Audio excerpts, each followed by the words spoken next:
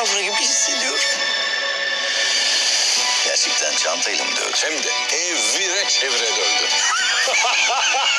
Onca yıl taptığım adam ne kadar acımasızmış. Bırakamaz ki beni. Bensiz yapamaz o. Bence bundan o kadar emin olma. Kimse vazgeçilmez değil Kenancığım, sen dahil. Hadi kendini öldürmeye çalışmış. Ne kadar acı çektiğini anlayabiliyor musun? Senden bir özür. Arkadaşlar merhabalar, kanalıma hoş geldiniz. İbrahim Öztekin ben. Videomuza başlamadan önce sizden ricamdır, kanalımıza abone olarak videomuzu beğenmeyi unutmayın ki bize bir desteğiniz olsun diyelim. Evet arkadaşlar, Kral Kaybederse yeni bölümün ikinci fragmanı hemen sizinle paylaşmaya başladık.